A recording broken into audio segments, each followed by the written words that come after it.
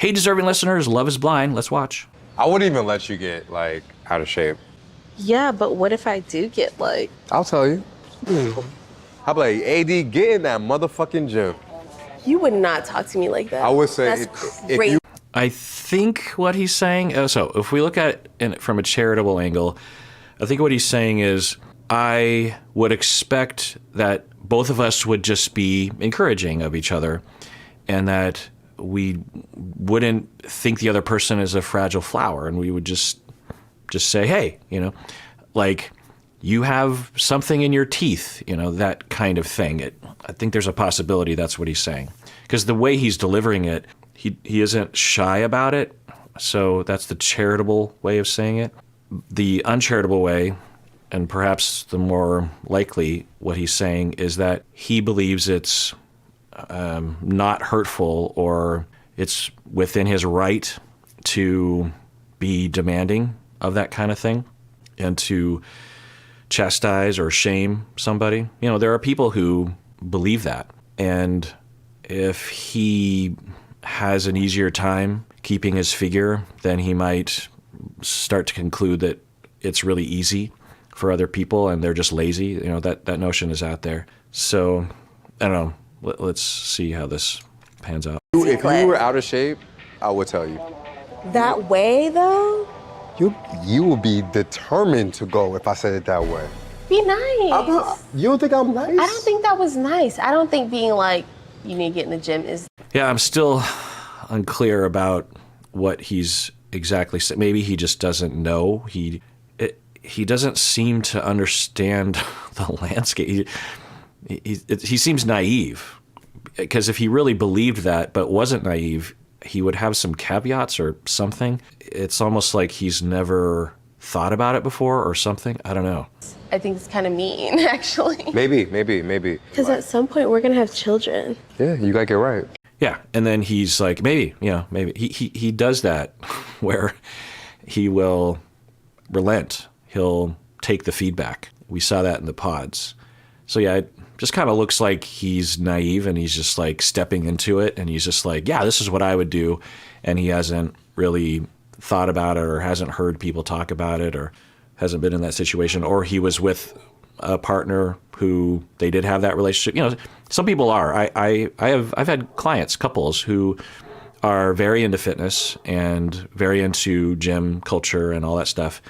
And they wouldn't word it like this, but they have a mechanism and a pattern of being encouraging, like, hey, you haven't been to the gym, or hey, you're eating that thing, or hey, and long story short, of course, that can go awry and can be abusive and harmful and body shaming. But for some people, it is motivating and helpful. They want someone to alert them, because in order to have a body the sort of bodies that they're trying to achieve, if you will, the clients that I've worked with, there's a lot of willpower or motivation or systems that you have to build to achieve that. It's not as simple as just going, I'm just going to go to the gym, or I'm just going to try to have a lot of muscles and a low body fat percentage. They have, it's every day, there's a regimen of what they eat and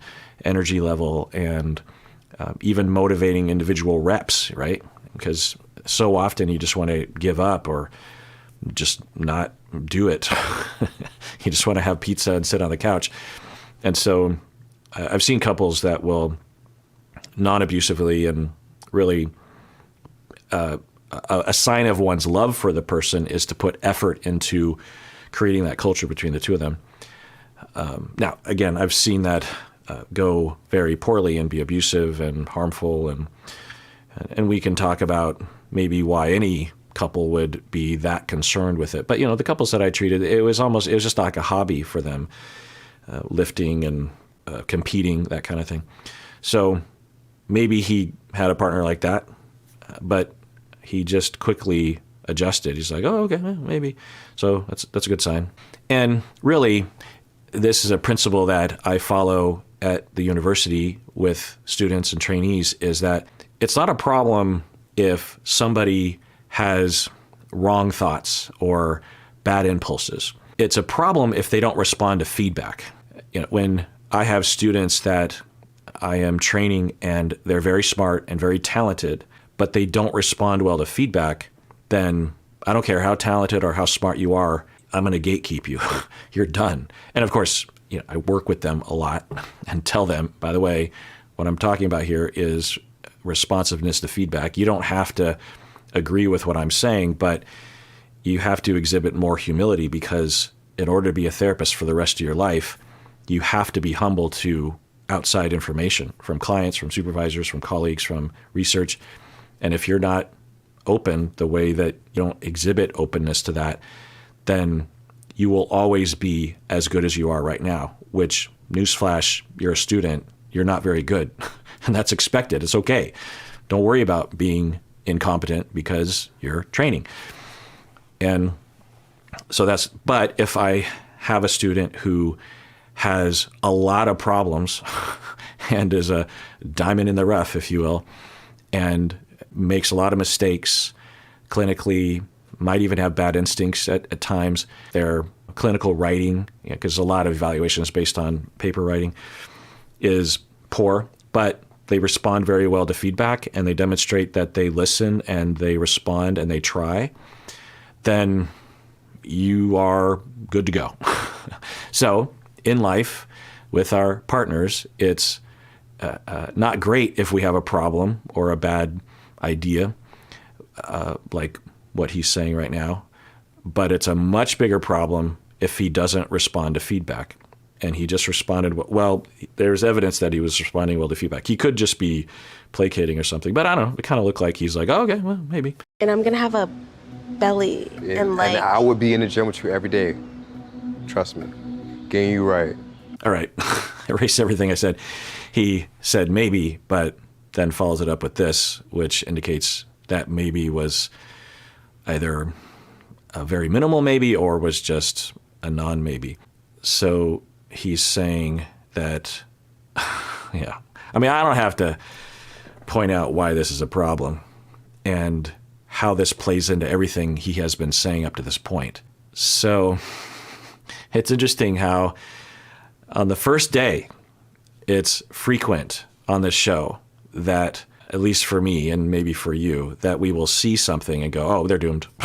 Because you never know, right? Like with a lot of the couples, they're showing them connecting and you're like, well, they connected in the pods, but do they have chemistry? How do they get along in the real world? Back, we saw scenes with Brittany and Ken, Amy and Johnny, and Laura and Jeremy.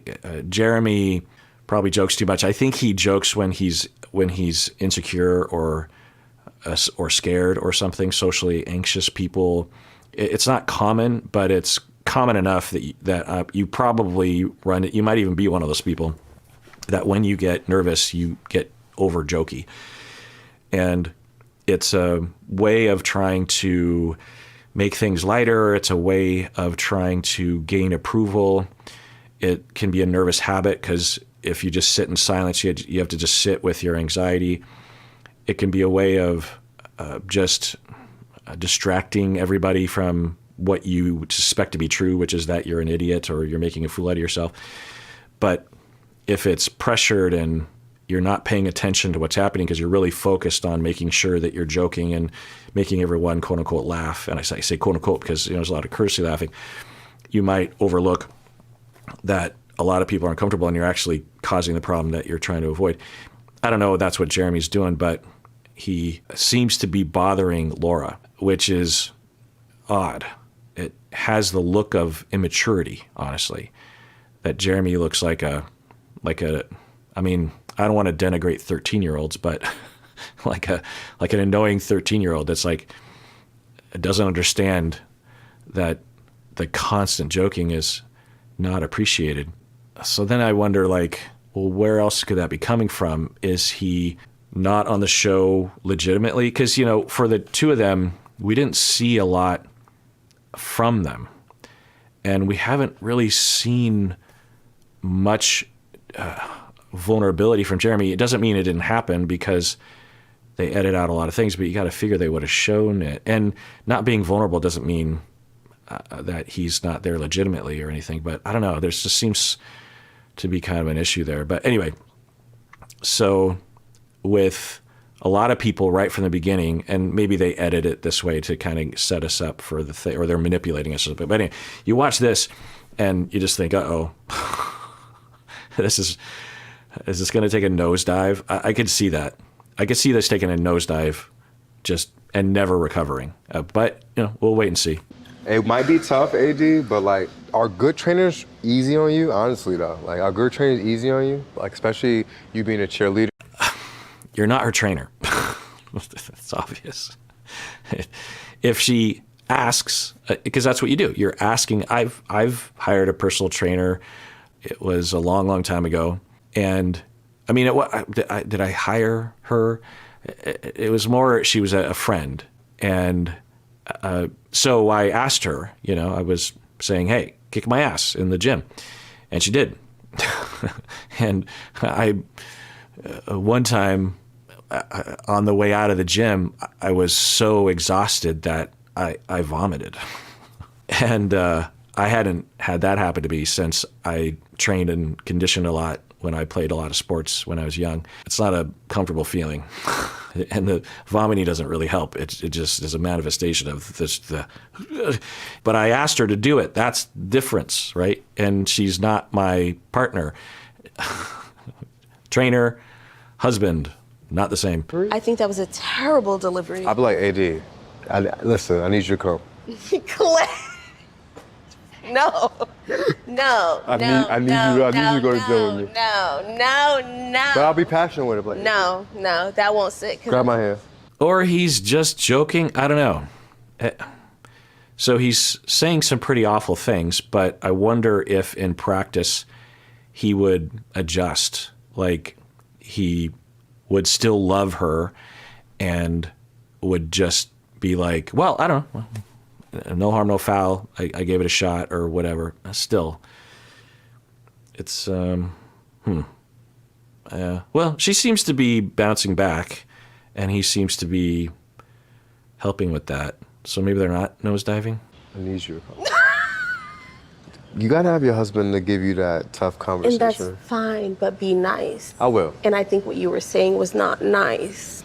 Yeah, he's really drilling down on this, which points to something that could be problematic with him.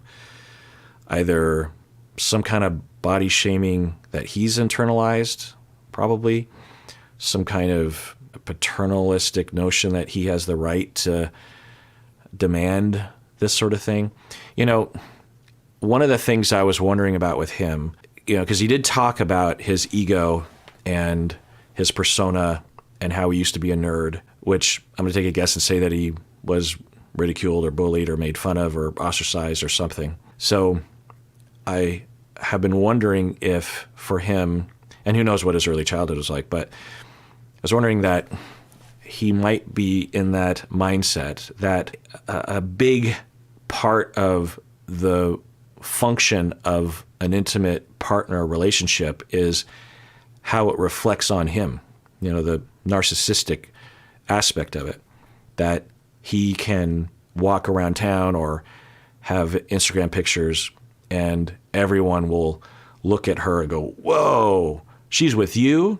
Whereas if there's any kind of indication that she won't present that way, that it'll eat away at him because he needs that narcissistic supply, that he really needs his persona to be a certain way, to look a certain way, to garner a certain attention or accolade or respect or something. And it's pretty typical for anyone to have a little bit of that. But the fact that he's really drilling down on this, I think the best guess I have is that at least some of the factor that's motivating him right now has to do with that. And this could even be an indication that he doesn't, that he thinks that she should change now, that it's on his mind, that he's thinking, she's going to have to change a bit. And I need to establish that expectation up front so that when I do get on her case, then we have an understanding. But I'm accusing him of a lot. I don't know, but I wonder about that. Tough And conversation. that's fine, but be nice. I will. And I think what you were saying was not nice. Right. The other thing I was going to say is that another word for nice is considerate of one's feelings. Nice might be lost on somebody. They're thinking, well, why be nice? We're together. Why not be honest? But a more specific phrase I think that she's getting at is careful with my feelings, careful with my ego, careful with how I feel about myself. You can say something, but there's a delivery, and if you consider that, then maybe things will work out better. My delivery could be better, and I'll work on that, honestly. I will. I need to be challenged. Yeah. Because that's what happened in the pods. Yeah. You literally challenged me, and it broke me down. Me being in my ego has been a big issue. Yep, you yeah. know? Like, I'm fucked up a little bit, you know? And admitting that is powerful. Yeah. Yes. Yes. Wow, it was such a roller coaster with Clay. He both so far exhibits the most, well, aside from Matthew, the most concerning behavior, but also the most healthy behavior. It's interesting. So it's been a while since we've seen this side of him, but I'm reminded of that. And I'm worried about the overfunctioning, underfunctioning bit because that is currently playing out. But the way he's approaching it is that he's stepping into that space. It'd be one thing if she were saying everything that he's saying right now and he'd just be like, oh, okay. He's taking control of his own path, his own growth, his own change. He knows he needs to change and he's like in charge. And so that doesn't have the dynamic of an underfunctioner. And she wasn't overfunctioning. She was just saying, hey, be nice. And he took that and is running with it now in a way that a lot of people wouldn't. So, but I wonder what's going on, because if he is that self-aware and that empathetic, why would he be saying what he was saying earlier? But he just said, I'm kind of fucked up and I got an ego problem. And so it sounds like he's aware. So I wonder what he means by ego, because he could mean something different than what I think he means. He could mean that he has a hard time admitting when he's wrong. I don't know, or maybe both. But this is, yeah. And then she says what I would say in a situation like that. I was just like, that is huge that you just said that. That is, and she recognizes that, right? And is valuing that and not saying, well, whatever, but you did that thing. I don't like that. She's like, oh, okay, well, if you could see that, because this is how I see the world. This is how I try to operate. It's not about not making mistakes. It's not about not hurting your spouse's feelings, because you will hurt your spouse's feelings. You will get triggered. You will speak out of line. You will lose your temper, or you will be unfair. You will be hostile. You will be short. You will be distancing. You will be conflictual, unfair, short with your partner. Like, what are you doing? That's going to happen. That will never not happen. No human can avoid those things. But the difference is, how do you recover?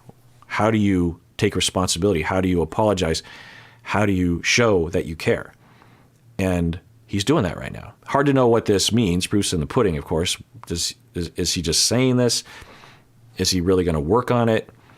But if they do this, what they just did, over and over again, even with maybe more intense things, then that, in my prediction, will work for the two of them. That he needs her to point out and to be patient for him to eventually come to this place, and she needs him to eventually come to that place and be competent and listening and responsive. So now, if it's always one directional, that's not a great pattern, and it's unfair to AD. And maybe with this example, then it can go both ways. But yeah, it felt really nosedivey, and then this happens, and that feels even like they have a lot of strength and a lot of foundation moving forward. But so I don't know. I don't know where they're going to end up. Yeah? That you can even say. Don't tell me that, baby. I mean, we're gonna get you in therapy, honey. I really want to do like relationship therapy with you. I think therapy definitely changed my life. Yeah. Yeah. And then she says it's really sexy. And it's good to highlight that. It's a enticement, right? A reward. And it's also an indication that for AD, she has a healthy sexuality because, yeah, safety, working with someone, vulnerability, connection is, at the very least, it makes you feel safe. And for a lot of people, when they feel safe, that's when their erotic urges can emerge. For some people, they will become very sexually attracted to their therapist, for example, even though they might say, my therapist is not my type. I'm not even gay, and my female therapist is, I just can't help, I get real, going when I talk to her, and there will be all this worry or shame or something, but it's totally normal for a variety of reasons. But the common one is that for people that have been neglected, harmed, mistreated, abused perhaps growing up, they lack closeness and safety and security. And then as they are developing into adulthood, they start having, sexual urges and whatnot, but they can't manifest those urges on an object, on a person, because the closer they get to people, the more distrust or fear they might have. And then they but they might go through the motions of sexuality and think like, well, it's good enough. And then this is one particular path, but it's common enough. The client comes into therapy and over time develops security and safety and trust and warm feelings. And then all of a sudden the floodgates are released and all that sexual energy just comes pouring out because the body has been waiting for safety to release it. And it just happens to be the therapist that is creating this. And so a lot of feelings are coming out, but because it's usually not just erotic feelings, it's also like desperate attachment, like don't ever leave me. And I need to talk to you all the time. And the client will think about the therapist a lot, and that's all good. That's a good sign. And that's, if managed right between the two people, can be very healing and reparative and corrective for the client. In fact, given the scenario I'm saying, it's a necessary component of healing. The erotic part isn't necessarily, but it often will come along for the ride. So for some people, having a trusting, humble, vulnerable, connecting conversation can be like, oh, well, let's go. When did you start going to therapy? Last year. Really? Actually, Really? Nice. I was in this like weird dating loop, and I was just like, you know what? I don't know why. It's great. I love hearing this sort of thing. I hear it more and more lately. 10 years ago, 20 years ago, I almost never heard this. So that's fantastic. And it's the perfect motivation, the perfect precursor or cause to go to therapy. It's like, dating, what's going on here? Well, maybe I should look into it. And therapy is a good place to look into it. And therapy often does help with that. I'm going to get emotional, but I don't know why, like, the same things keep happening to me over and over and over.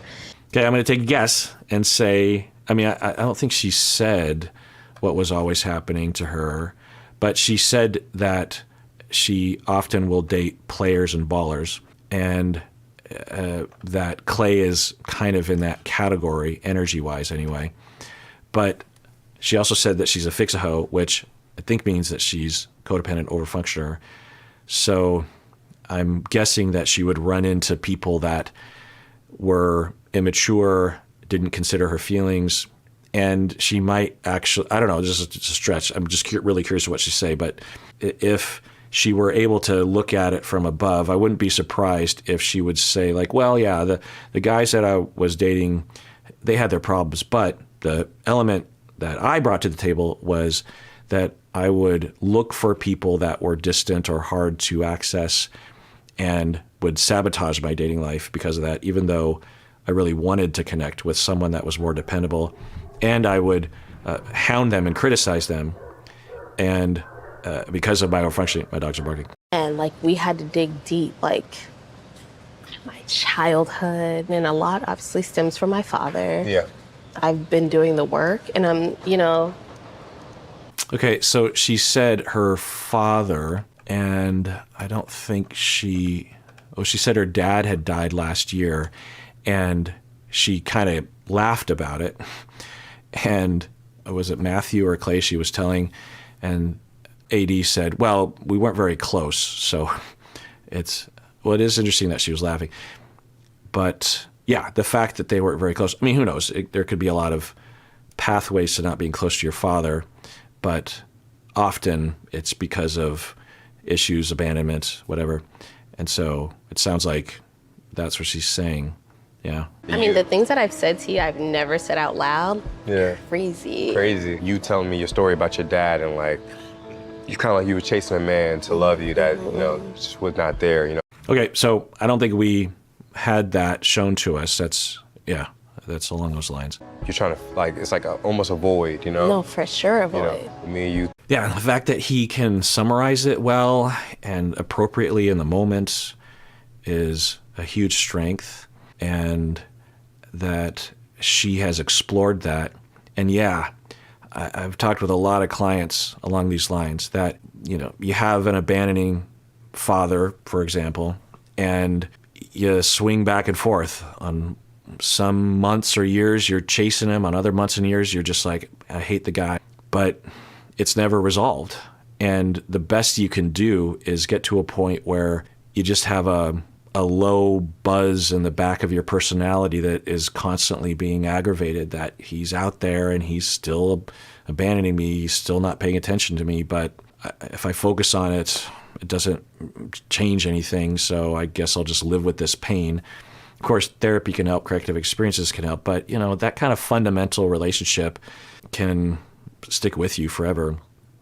And then if they die, it can be really complicated. For some people, it can liberate people, but for others, and this I think is more common, that it really puts in a sharp focus that it will never be different. For people that have their dad or their parent alive, even though intellectually you're like, it's never gonna work. I've barked up that tree so many times. I just know intellectually it's never going to work out. They're never going to love me and pay attention to me, even close to what I want and need. But but deep down, there's still the question mark, like, well, maybe, and maybe. But then when they die, that maybe is gone, right? That's just over. Now, depending, some people can have repair with people that have passed. And there's a number of different methods of emotional work along those lines. But anyway, so he's reflecting back to her what she said in the pods, this void that she feels. And yeah. And that's fantastic that she's explored that. I'm guessing that she's made some connections to her impulses or her triggers, her patterns. Sounds like that. I think so similar. Yeah. My father has a big part of like who I am, and I think I need to uncover that. Mm-hmm. Kind of like what you talked about, like when you went to therapy and like how your dad's death and like how he treated you and stuff like that plays a big part in like your love. I get into a relationship. Okay, that's very promising as well. He's saying, I think I have a similar issue and I'm not where you're at, so maybe I need to go to therapy for that. It's, I'm on a roller coaster with Clay. And it broke me down, like it really did. Everything I have in my life I deserve, and I got it, and I worked hard for it. Everything except love. Really, truly something that I don't think I deserve. You don't think you deserve love? Yeah, a lot of self-awareness, and just tragic that a parent would treat a child and it would result in them concluding that as a child. She's not saying she concluded this. She thought this as an innocent little child, and that's still with her. It's so upsetting. It makes me angry, really. It makes me angry. And the parents that do this, they typically come from similar environments themselves, who had parents who came from similar environments. It's just a transgenerational pattern. And it's it's with therapy we can break those chains. Like her kids are less likely to continue. She's less likely to continue this pattern with her kids, who will be less likely to continue the pattern with their kids because of how much effort she's putting into this. She's very self-aware. Why? 'Cause I just don't have it. What the fuck are you talking about? You definitely deserve love. Like, you are amazing. Like, everything about you, like how easygoing you are, like how ambitious you are, how... That's good. Yeah. I hope that he also shows emotional love from himself, if it exists, because it's good to hear these things. And I'm sure that's helping, but I think more fundamentally, what she wants and needs is stability and dedication and security from somebody, not someone saying you deserve love because you're a great person, but you deserve love and I love you. Your father not being there is not something that should hold you back. You know, like, you told me how your father was, and rest in peace, but he wasn't there for you. Your brothers were. Yeah. And they should be the ones to, you know, like the ones that were close to you. Let them walk. Okay, so she had brothers that were there for her. It sounds like older brothers, and that can be really, really helpful. It doesn't erase the pain, but the amount of pain and the amount of defenses, the amount of giving up can be greatly mitigated when you have other people that will take care of you. That's why, it takes a village is applied here. Grandparents can help as well. The other parent can help as well, obviously. All right, well, let's adjourn there. And I want to remind everybody to please take care of yourself, truly, because you deserve it. You really, really do.